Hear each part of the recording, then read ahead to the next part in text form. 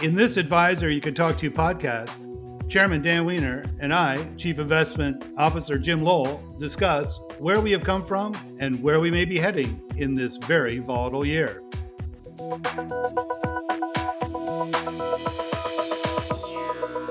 Hello, this is Jim Lowell, and I'm the Chief Investment Officer at Advisor Investments. And I'm here with another Advisor You Can Talk To podcast. Today, I'm joined by Dan Wiener, Chairman of Advisor Investments, and we're going to present a mini mid-year market assessment, where we have come from and where we think we're heading for the second half of the year. And of course, to say the least, the first half of this year has been surprising, volatile, frightening, and hopeful, and with medical data reflecting reopening risks alongside morbidity rates that are less drastic, massive Fed and fiscal stimulus measures providing a safety net underneath the economy and by extension the markets, investors may be feeling that the worst of times are behind, not ahead of us. Dan, do you think that means investors should throw at least some caution to the wind and not fight the Fed?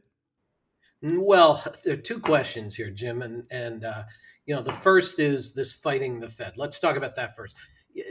The old belief on Wall Street is you can't fight the Fed. In other words, if the Fed is cutting interest rates or they've left interest rates very low, that's good for the stock market, and it is one of the reasons we've seen the stock markets continue to rise in the face of this pandemic.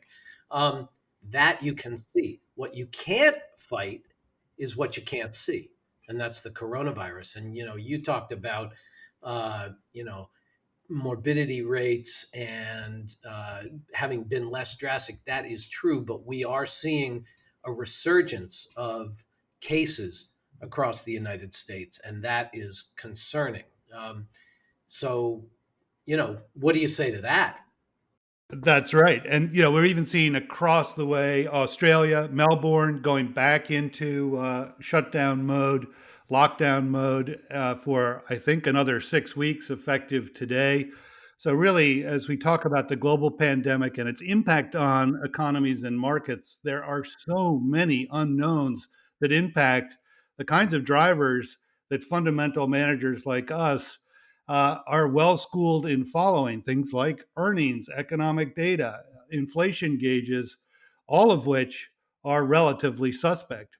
Right. You talked about throwing caution to the wind. I think that there's been a little bit of that recently in the stock market, particularly because we've seen a couple of 1 month, sometimes 2 months worth of data, economic data, that suggests this very, very dramatic V-shaped rebound off the bottom of what was a very dramatic decline, right? The start of the recession in March. We saw March and April data, it just cratered. And so we've seen these quick V's off the bottom. The question is whether these are bounces that are going to lose momentum in the coming months or not. Correct. And a V-shaped recovery means as quickly down, as quickly recovered. And certainly some of the data that we're seeing from June, obviously more meaningful than May or April data, suggests a recovery trend from the worst of times to slightly less worse times, but they don't suggest that all the difficulties are behind us. And in fact, as we know, as you just mentioned, we're in the midst of either the ongoing first wave or a second wave, depending upon how you characterize it, en route to another flu season without a vaccine for COVID-19. Yeah, and I think all this conversation, this argumentativeness about first wave versus second wave, heck, what about new wave? It doesn't it doesn't matter what you label it. The question is, are infection rates rising? Are death rates rising? Are hospitalizations rising? Do we have enough equipment to keep people alive if they suffer from exposure to and catching, COVID-19? That's what really matters. And now the big debate, of course, it's early mid-July, and the big debate is, are we going to reopen the schools? And there's a part of the government that's saying, yes, we just have to open the schools. Doesn't matter. I'm very fearful of what the teachers don't want to go back to school if there aren't plans in place to protect them. And, I'm very fearful for the kids. I've got two grandkids. I'm not ready to see them go back to school. And I know that their parents, my kids, are not ready to send them back to school either. And extrapolate the particular to the universal. And what we know is that all of the states that opened early and on scale are precisely the states, southern, southwestern states, that are experiencing not just a dramatic resurgence of infection rates, but record setting rate of infection. So schools, one epicenter where clearly the virus can be spread, sports arenas, another. The sense that life is going to return to normal quickly, I think, is overblown. That, of course, doesn't stop the daily headlines from basically going in two directions. I woke up this morning before this podcast, and on Market Watch, I saw two headlines right on the main page. The first was stocks are poised for a 40% drop, warns economist who says the current climate feels a lot like 1929. And then the second headline was the stock market is setting up for a summer of gains, forecaster predicts. So, Dan, how do you sort through that? I love the 40%, right? This is the old 40% rule. And for those who aren't familiar with this, when you see predictions of 40%, it's the old rule that, well, I'm not saying it's absolutely going to happen, but if it does happen, I'm going to look like I predicted it. But if it doesn't happen, I didn't give it a better than 50-50 chance. I mean, this is a famous, famous rule among forecasters. Just predict 40%. 40% chance. It blows my mind.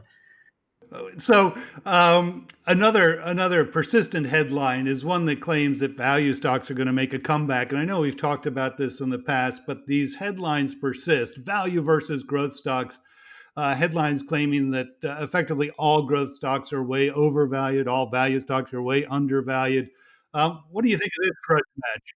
You One of know, my favorite topics. I mean, this is the old stopped clock thing. A yeah, stop, right even twice a a day. stop clock, even a stop clock is right twice a day. The value is going to resurge and growth is going to fall back. Argument has been made, Jim. I don't know how many times in the last 5 years. 20 times. Every time you get one 2 week period of value outperforming, uh, it all comes back. But I have a couple questions about this. Number one, why does it have to be either or? Why does it have to be value or growth? And also, I'm not really sure how investors are supposed to define one or the other. Yes, there are indexes that purport to be value indexes. They look for companies with low price to earnings, a low price to book, versus growth indexes, which are looking for earnings growth, high earnings growth rates on companies. But the bottom line for us has always been, let's find some managers who use a value orientation to buy growth stocks. I want to buy one always wants to have a company that is able to grow its earnings faster than the market. It shows that the company is dynamic. It shows that the business is dynamic. It shows that there is growth here, and investors will pay up for growth. But wouldn't you like to buy that growth when it's on sale, when a company is not looking particularly good at the moment, but has some prospects down the road? I always talk about growth managers who have a value orientation. Absolutely right. We'd love to buy great growth stocks at deeply discounted values. Certainly harder to do at this moment in the marketplace, the market having recovered so dramatically well with specific regard to technology names. But there are other growth stocks that we love as well, particularly in the healthcare sector. And since we say that medical data is really going to be the most important criterion for framing our assessments of economic and earnings data, what are your thoughts on the healthcare sector and how it relates not just to the COVID crisis, but to an investor's long term portfolio? We have always run an overweight to healthcare in our clients' portfolios and in our own portfolios. And the reason for that, I mean, it's a multi-legged stool. Everything from the diversity within the healthcare sector. You have medical data, medical uh, uh, pharmaceutical companies, biotech companies, medical device companies. You have companies here in the US, companies overseas. Healthcare representing, I think, about 20% of overall economic activity in the US. It's a huge sector, lots of great companies there. And we think that, also given the demographics, which is a term that we coined, which has to do with demographics of a graying population, um, that this is a sector you want to overweight, that there will always be demand and there will always be lots of R&D. This is not like a utility where, there's just this constant demand for electricity. There is lots of, you can't really innovate too much in electricity beyond maybe setting up a wind farm. But there's so much innovation going on in the medical area. And, to bring it back to today's headlines, there are going to be winners and losers around fighting the coronavirus and fighting the pandemic. Um, but also, as you said, we're looking a lot at the medical data. I mean, you follow this stuff very, very closely. What does it tell when you look at the medical data? What does it tell you about market prospects and economic prospects? It tells me that the market, as it typically is ahead of the actual data that can often lead the market to price out 3 to 6 months ahead of what we, in fact, will come to know. The medical data obviously is of a bedrock concern. If we see a massive second wave that leads to a massive second wave of reclosings, that would be very concerning to us.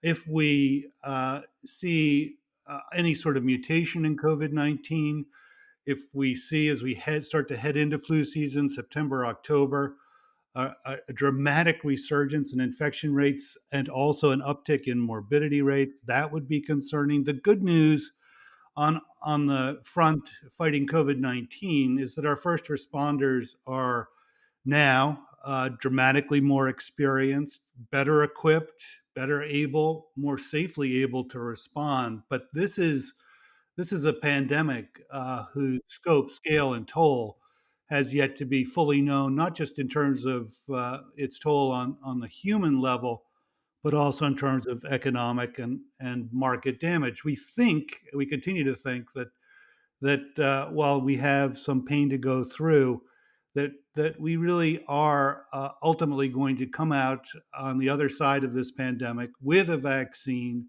Hopefully, Dr. Fauci is right. As soon as the end of this year, sometime early next year, that will give us much greater confidence in the fundamental data on a going forward basis. But we're probably 12 to 18 months away from being able to really sit back and say that we know what the medical data portends.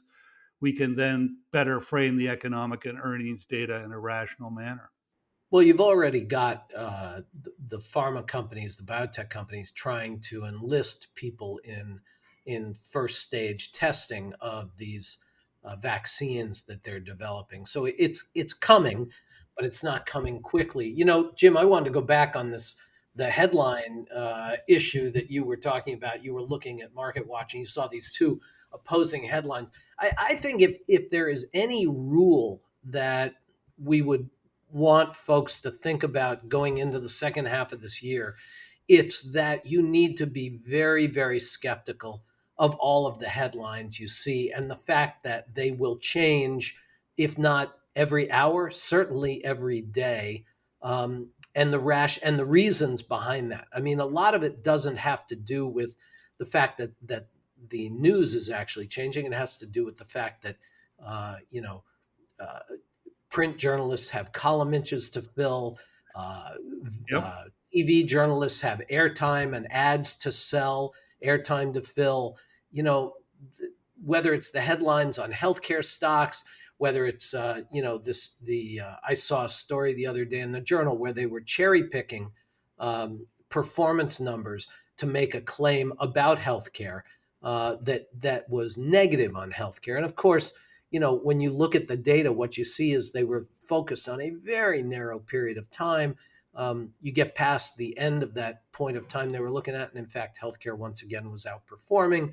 Um, There are other the head. risks too. I mean, there are other risks that we are very focused on. It's not just the pandemic. We know that we have tensions between U.S. China. We know we have a very contentious election year, which is only going to lead to greater and greater fear driven headlines. And to your point, Dan, the fact that the media really is in the business of fear mongering, at least as much as they're in the business of fact finding, means that sources of news that you can trust are increasingly far and few between. And one of the things that I know you and I and the investment team under our director of research, Jeff Tomaso, does so well is to remember the journalist credo from our days when we were journalists 30 years back, Dan. And that is not just consider your source, but know your source. And we do a lot of fact checking on any headline that we think may or may not have an impact on the way we're thinking about the economy, the market, the state of the world. Yeah, absolutely. I mean, I read the Wall Street Journal every day. I read the New York Times. I am less enamored of things like CNN and that sort of headline grabbing. I mean, you gave the perfect example of Market Watch. Market Watch is a website. It's owned by the Wall Street Journal, by Dow Jones, but they give you these opposing headlines. You really have to look deep underneath them to see what they're talking about and who are the people that are being promoted in these stories. I mean, I've been in this business an awfully long time. I'm older than you are, and you've been in this business a long time. And a lot of times I've never heard of these folks, but if they say something outrageous enough, it's going to get picked up. That's right. But whether they actually manage money for a living, what amount of money they manage, what their track record is, these are all things you need to dig into and understand. And Yeah. I agree. The Times, the Journal, absolutely must reads. I also like Barron's and The Economist. I also still wake up every day and just to get a mood read on the state of the world, I do look at CNN's front page. I also look at Drudge Report. Between those two polls, I figure I've got at least a daily dose of what may or may not be making our clients, our friends, our colleagues nervous. If you look at those two when you wake up, I mean, you must be just gripped by panic. I've developed a nice callus, but I Uh-huh. understand why people are certainly nervous. We have just come through a remarkably difficult, emotionally difficult, physically difficult, and market related difficult, even though it doesn't feel like it now, time period in the marketplace. And I think as we go through the second half of 2020, we are very well prepared to address what we think will likely be an increase in volatility, the potential for a ratcheting up of fear related issues that we just covered, and more. Don't forget, we run our portfolios with risk buffers in place, not just because of the risks that we know, but also because we know that it's almost always a risk that's not on anyone's radar screen, like COVID 19 this year, that can upend the market in the short run in a very surprising manner.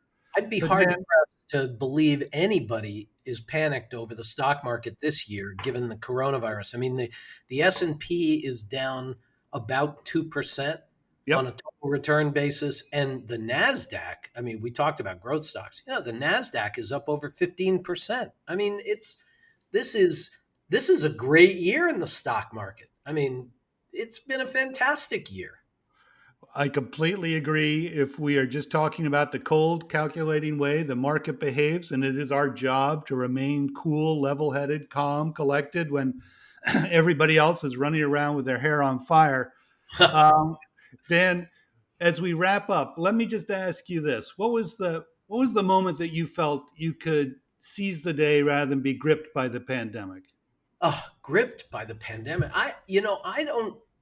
I don't get gripped by panic. I panicked when I was diving, scuba diving, and I came within feet of a reef shark. And I also panicked. It was a different trip when I cornered a barracuda while I was snorkeling in a cave, and I panicked when I got caught in an avalanche while I was skiing. And I panicked on 9/11 when my daughter was in school a few blocks from the World Trade Center. But Yep. I've been through October 87. I've been through the bursting of the tech bubble, the great financial crisis, now this COVID calamity. You know, they are unique, they're special, strategies that people come up with that say they're going to, they've got something special to handle this.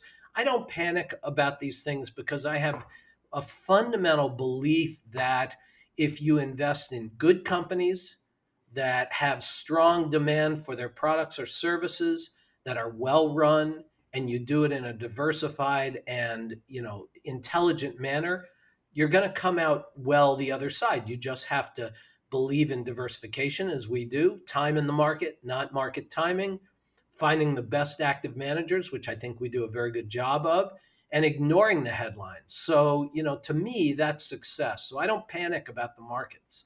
I panic about all these other silly things. What about you?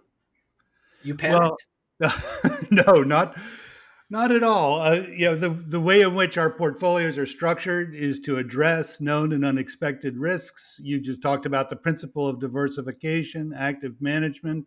We know that for 25 years it's served us demonstrably well, and we certainly think it will serve us well for the next 25 years. I would say if I were in an avalanche or cornered in an underwater cave by a barracuda, I would likely panic as well. So be careful out there, Dan. We all need you. Yeah. Um, and I would say the moment that I felt like I could seize the day was when I was able to catch my first striper off the bow of my boat just 3 days ago. That was the first moment where I felt like I got a little bit of breathing room between the pandemic's potential toll and our ability to continue to navigate what are likely to remain fairly volatile shoals. Well, you see, you're going to be able to feed yourself no matter what. Indeed. Dan, with that, this has been Jim Lowell and Dan Wiener. from Advisor Investments, thanking you for listening to the Advisor You Can Talk To podcast. If you've enjoyed this conversation, please subscribe and review our show. You can check us out at advisorinvestments.com/podcasts. Your feedback really is always welcome. And if you have any questions or topics that you'd like us to explore, please email us at info@advisorinvestments.com. Thanks for listening.